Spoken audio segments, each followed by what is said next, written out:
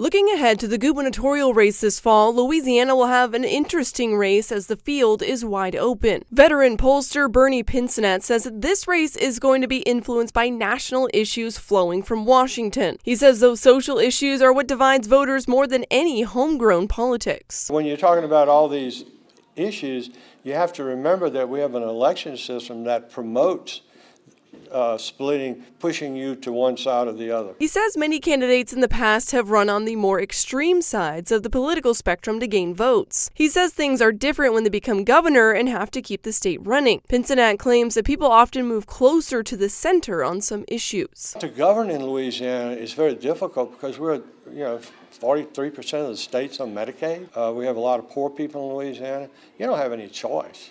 You can't sit out there and rail against government programs and now you're governor. As for the more moderate candidates, he says it's difficult for them to pick up voters across the aisle if they have a candidate of their own party to vote for. Candidates run based on where they can get votes, nothing else. He says that Louisianians don't often switch parties for races such as the governor. Election day for this race is October 14th. For your local election headquarters, I'm Shannon Hecht.